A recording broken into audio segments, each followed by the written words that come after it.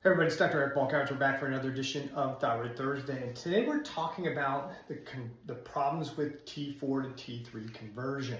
I did a Thyroid Shorts episode on Tuesday. If you haven't seen that episode, go download it, go listen to it, and then give us a rating on the podcast. But we talked in quite a bit of detail on this reduced T4 to T3 conversion, help you understand a little bit more. But I wanted to do this Thyroid Thursday to kind of explain this in a little bit more detail. So let's talk about what you're hearing, and let's talk about what's fact, what's fiction. What's fact is that your body, especially thyroid gland, makes primarily T4. It makes a small amount of T3, 5-10 micrograms. The rest of the 20, 30, 40 micrograms that's produced is produced by the peripheral tissues, away from your thyroid gland, converting T4 to T3. That T3 inside the cell, and that's really important. T3 inside the cell is what drives your metabolism. What a lot of people think is if they just pump more T3 into your physiology, it's going to make you feel good. And that's not necessarily true. It's appropriate levels of T3 inside the cells and tissues, which helps us feel and function good and have great metabolism. So T4 can be converted to something called T3, the active hormone inside the cells and tissues. There's two primary enzymes that convert it. One of those is deiodinase 1, the other one is deiodinase 2. You're going to hear stories like 80% of T4 to T3 conversion happens at the liver, the other 20% happens in your GI tract, and mostly it's being done by this enzyme deiodinase 1. And the literature is pretty clear at this point that that's not necessarily the case. The primary driver of T4 to T3 conversion is deiodinase 2. So this is the primary converting enzyme inside your cells and tissues that converts T4 to T3. T4 can also be deactivated to something called reverse T3, which is a deactivated form of thyroid hormone. It doesn't go into the cell and bind to the receptors like T3 does. And there's some stories that it's this high reverse T3 that's actually the reason why people have hypothyroid symptoms, because it's binding to receptors, blocking T3 from binding, and it's a mirror image of T3. That story has been debunked. It's not true, but a lot of people treat based on that myth. So the question becomes, what determines whether we're converting T4 to T3 or T4 to reverse T3? I should also tell you that this deiodinase 3 also deactivates T3 to something called T2, which is an inactive form. Primarily, there's a bunch of different forms of T2, but T2 is primarily an inactive form. There is an active form as well. What's deiodinase 1's job? Deiodinase 1's primary job is to metabolize reverse T3. It's not to convert T4 to T3.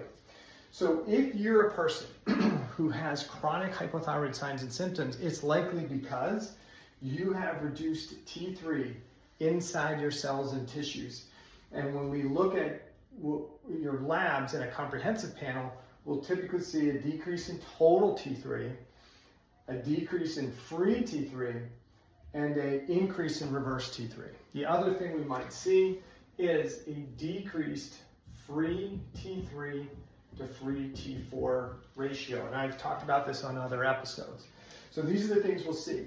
So the question becomes, if we see a drop in total T3 and free T3 and an increase in reverse T3, is that the problem?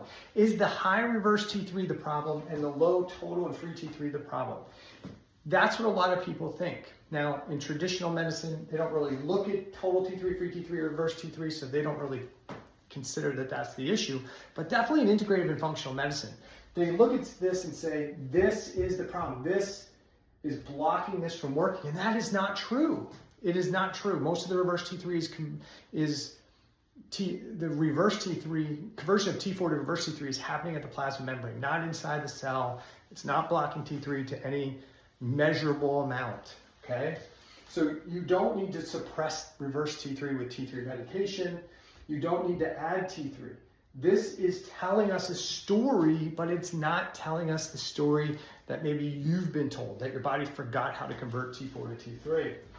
So why does the body decrease total T3 and free T3 and increase reverse T3? Why is this happening? If we look at the labs and we see it and you're tired and fatigued, why is it happening? It's due to real or perceived danger. And it's not broken physiology. Many people are told that your body forgot how to do it or it can't convert T4 to T3 anymore. And that is BS. That is a myth. That is not really what's happening on. This is an adaptation. When cells perceive threat, danger, infection, virus, toxicity, lack of calorie consumption, excessive stress on their physiology, it adaptively says, hey, we're in danger, we're going to slow down the metabolism and ramp up defense. So it's adaptation, not broken physiology. So when danger is perceived, there's an adaptive decrease in the metabolism. Therefore, you're going to see decreased T4 to T3. You're going to see an increased T4 to reverse T3, not broken physiology.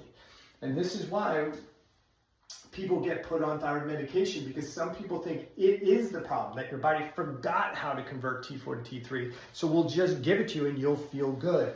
But it's not about how much T3 is in the blood. It's not how much is in circulation. It's about how your cells and tissues utilize it. And the cool thing about your cells is they get to regulate themselves based on what's happening individually to the individual cells in individual tissues. All the tissues can regulate differently. So if a cell or tissue is perceiving a threat and an infection, it can slow down its metabolism. Adding more thyroid hormone in that situation isn't the optimal solution. Yes, you can change a blood value, but you don't actually improve the person. So MDs think that if you have, well, number one, MDs don't look at T3 and free T3 levels and reverse T3 levels on a regular basis, but they generally think the way to increase T3 in the cell is you just keep giving more and more T4, and that's going to suppress TSH, and if we see TSH drop, that means we've got more T3 inside the cells. If you're a person who's in a low stress state, a homeostatic state, increasing T4 can increase T4 to T3 conversion inside the cells and make you feel better. There is a point where too much actually slows down the conversion of T4 to T3. But if you're under stress, if you're in this danger physiology, more T4 in the cells and a drop in TSH doesn't necessarily correlate to more T3 inside the cells. That's why many of you are still struggling with chronic hypothyroid signs and symptoms, even though your TSH and T4 have been normalized. In functional medicine, they think that this increased T4 to reverse T3 conversion and decreased conversion to reverse T3 is broken and requires you to get T3 medication. Like, well, for whatever reason, your body's not converting T4 to T3, so we'll just give it to you. They miss the whole point that this is an adaptive response, and more thyroid hormone is actually working against what the body's actually trying to do. Both taking T4 and T3 can change your lab values, especially based on whatever your physician's monitoring and measuring. So a medical doctor is giving more T4, it can change your T4 and your TSH level. It may not improve your T3 level, but if you don't run it, you won't know. If you're seeing a functional practitioner who's giving you more T3 and not giving you T4, could it drop your reverse T3? Sure. Could it raise your circulating, the amount of T3 or free T3 in the blood? Yeah. Could it not restore your cellular levels of thyroid hormone and you could still have hypothyroid signs and symptoms? Absolutely. So what we have to consider is the body is not broken. T3 is not the problem. This elevated reverse T3 and the low T3, low free T3 is not the problem. It's a sign of the problem. It's a sign of excellular stress. We as clinicians need to see that and interpret it not as, oh, I need to fix the blood value, but what's causing this person's physiology to adapt this way. So why not give T3 if the total T3 and free T3 are low? Because it's a slippery slope. It can help improve or change some symptoms temporarily, but it doesn't last. It can lead to temporary improvement. And so if somebody goes, oh, that made me feel better at 5 micrograms, and it didn't last, so maybe I just need more, and they go to 10, and it helps initially, and then it doesn't last. And so then they think, okay, then 15, and then 20, and then 30, and then 40, and then 50, and they wind up on these higher doses of thyroid medication. 2, if you're adding more thyroid hormone to a system that's already in defense mode, that added thyroid hormone can contribute to the immune inflammatory process. This is like pushing down on the gas pedal, increasing the metabolism of your cells when you actually have like the parking brake on. So if you have the parking brake on in your car and the car doesn't move, more gas can potentially make it move, but the problem was never that you didn't have your foot pushed on the gas. It was that the parking brake was slowing down the movement of the car. So the solution isn't more gas and just drive with the parking brake locked on. The solution would be to take the parking brake off. Same thing when we look at the thyroid physiology.